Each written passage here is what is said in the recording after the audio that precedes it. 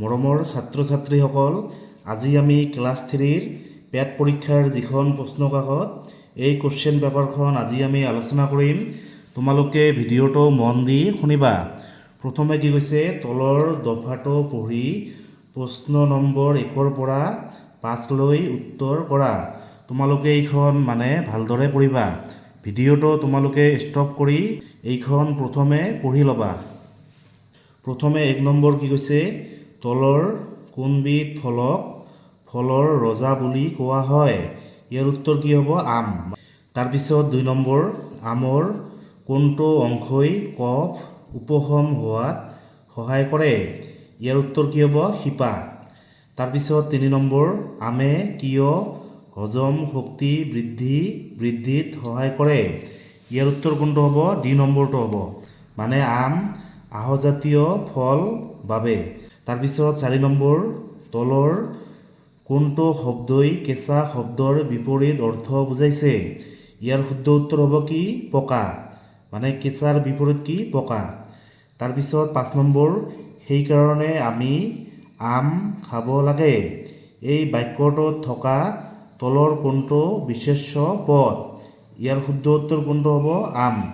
বিশেষ্য পদ হৈছে কি? নাম বুজোৱা পদক বিশেষ্য পদ বোলে। যিবিলাক পদে নাম বুজায়, নাম ফলৰ নাম, তাৰপিছত জীৱ জন্তুৰ নাম, মানুহৰ নাম, এইবিলাক নাম বুজালে কি হয়? বিশেষ্য পদ। বন্ধুত্ব, সমীৰহঁতৰ ঘৰ শান্তিপুৰত। তাত প্ৰতি দেওবাৰে সাপ্তাহিক বজাৰ বহে। সিহঁতৰ বজাৰখনলৈ কি হাটবৰ মাধৱপুৰ হালোৱা গাঁৱৰ পৰাও মানুহ আহে। তোমালোকে এইখন নিজে পঢ়িবা। এতিয়া তোমালোকে এই প্ৰশ্নবোৰৰ উত্তৰ দিবা। নাম্বাৰ 6, সমীৰহঁতৰ গাঁওখনৰ নামটো কি আছিল? ইয়াৰ শুদ্ধ উত্তৰ কোনটো হ'ব? শান্তিপুৰ।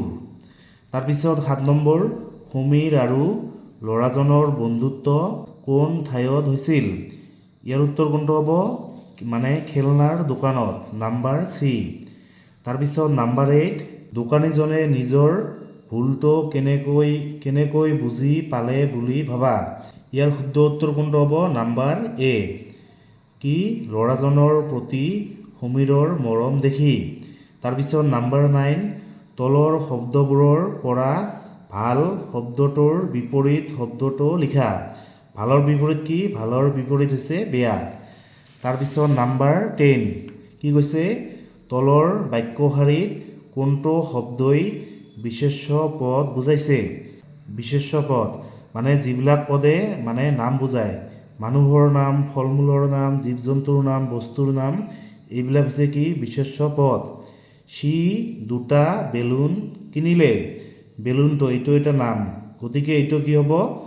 এইটো শুদ্ধ হ'ব, এইটো হ'ব বিশেষ্য পদ। Read the following passages and answer the questions from question number 11 to question number 15। তোমালোকে এই পেজেছখন পঢ়িব লাগিব। তোমালোকে ভিডিঅ'টো ষ্টপ কৰি এইখন পঢ়ি ল'বা। Last Sunday I visited the Assam state zoo with my parents. Parents হৈছে কি? মা দেউতা। যোৱা দেওবাৰে মই মোৰ মা দেউতাৰ লগত আছাম ষ্টেট জু অসম ৰাজ্যিক চিৰিয়াখানা ভ্ৰমণ কৰিছোঁ বা দৰ্শন কৰিছোঁ। এনেকৈ তোমালোকে এইখন পঢ়িবা। এতিয়া তোমালোকে এই প্ৰশ্নবোৰৰ উত্তৰ দিব লাগিব। What were the rabbits doing near the garden? Rabbits হৈছে শহাপহু। শহাপহুবোৰে গাৰ্ডেনৰ ওচৰত কি কৰি আছিল? ইয়াৰ শুদ্ধ উত্তৰ কোনটো হ'ব? Option B, chewing carrots. Carrots হৈছে কি? গাজৰ। আৰু চিউইং হৈছে কি? খাই থকা বা চোবোৱা। কি কৰি আছিল? গাজৰ খাই আছিল।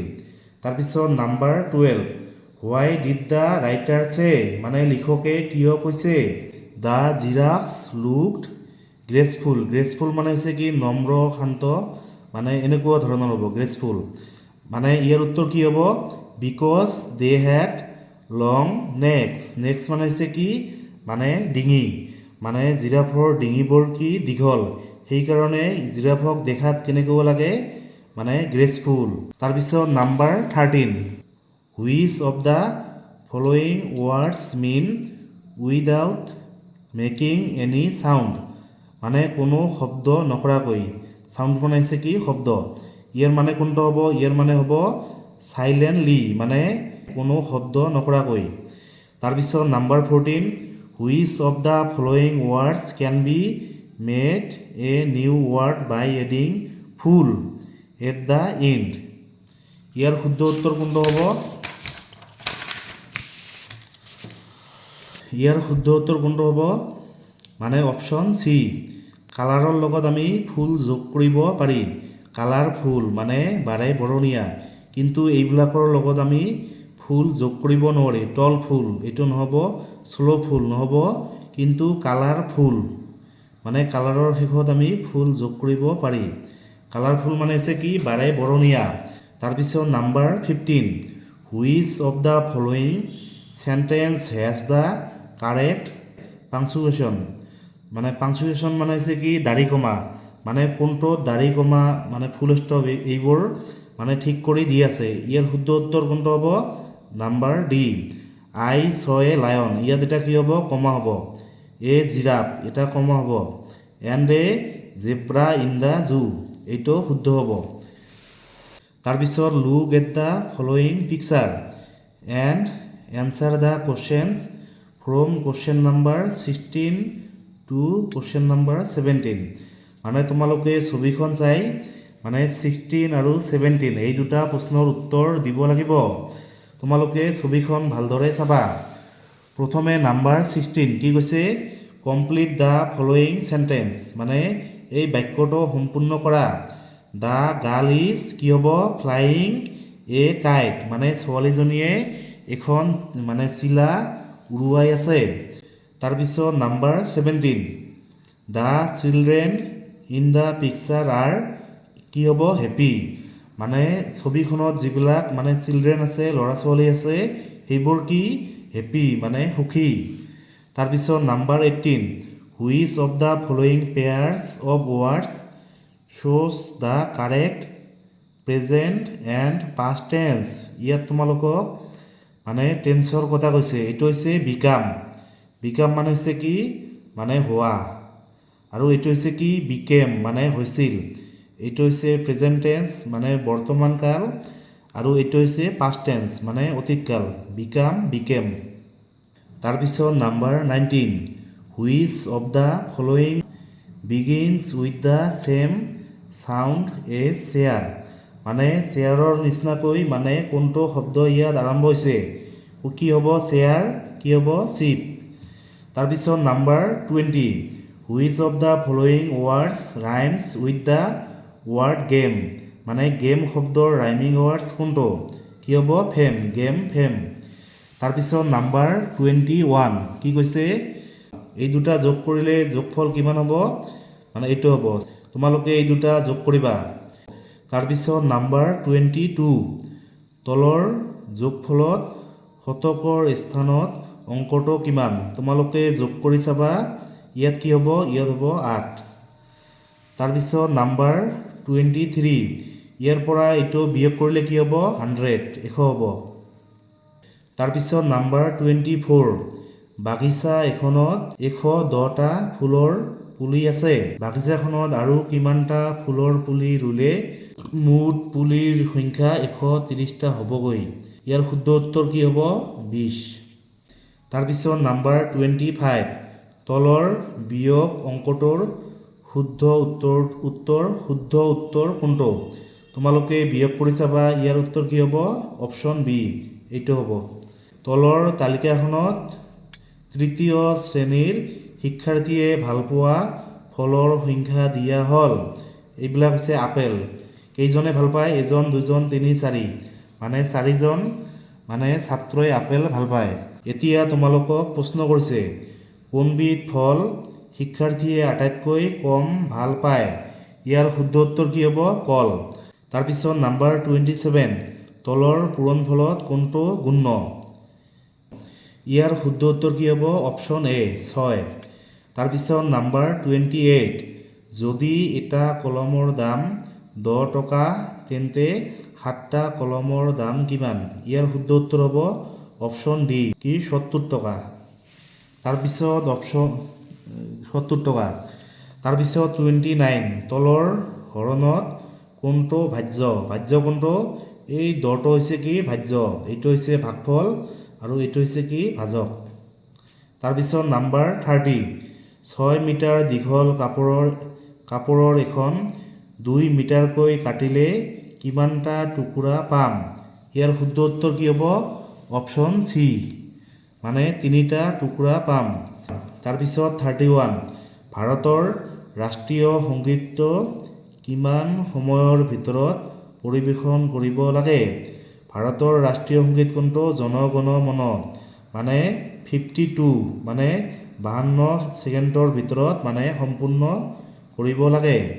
তাৰপিছত নাম্বাৰ 32 তলত দিয়া কোনটো জীৱই বগাই যায়?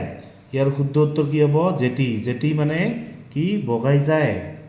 তাৰপিছত নাম্বাৰ 33 কোনবিধ ফুল বসন্ত ঋতুত ফুলে? কপৌ ফুল। তাৰপিছত নাম্বাৰ 34 তলত দিয়া কোনটো ভূগৰ্ভস্থ পানীৰ এটা উদাহৰণ? ইয়াৰ উত্তৰ কোনটো হ'ব? অপশ্যন এ দমকল।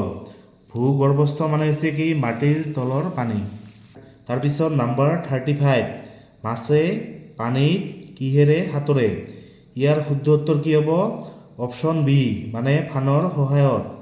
তাৰপিছত নাম্বাৰ 36 বায়ু প্ৰদূষণ ৰোধৰ বাবে তলৰ কোনটো ব্যৱস্থা ল'ব পাৰি? ইয়াৰ শুদ্ধ উত্তৰ হ'ব অপশ্যন মানে চি অত্যাধিক গছপুলি ৰোপণ কৰা। মানে আমি যদি গছ গছনি বেছিকৈ মানে ৰোপণ কৰোঁ তেতিয়াহ'লে কি হ'ব? বায়ু প্ৰদূষণ মানে কম হ'ব।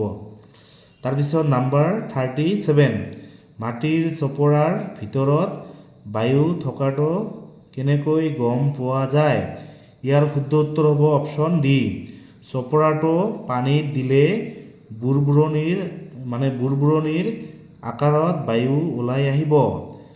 তাৰপিছত নাম্বাৰ 38 ছবিখনত দিয়া গছবিধ কোন প্ৰকাৰৰ উদ্ভিদ? এইবিলাক হৈছে কি বাঁহ হৈছে কি এবিধ তৃণজাতীয় উদ্ভিদ। তাৰপিছত 39 তুমি কিদৰে পানীৰ অপচয় ৰোধ কৰিবা?